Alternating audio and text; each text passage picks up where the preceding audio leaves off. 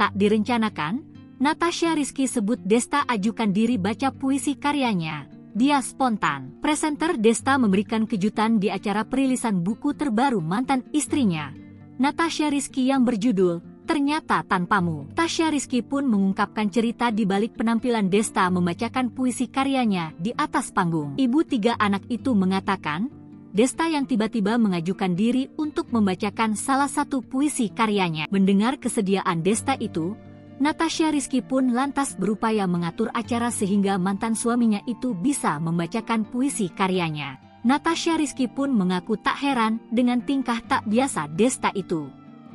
Ia menyebut mantan suaminya memang kerap bertingkah secara spontan. Meski mendadak, momen Desta membacakan puisi Natasha Rizky justru menjadi hal yang paling berkesan dalam acara perilisan buku tersebut. Pasalnya, Desta terlihat menahan tangis saat tampil di atas panggung.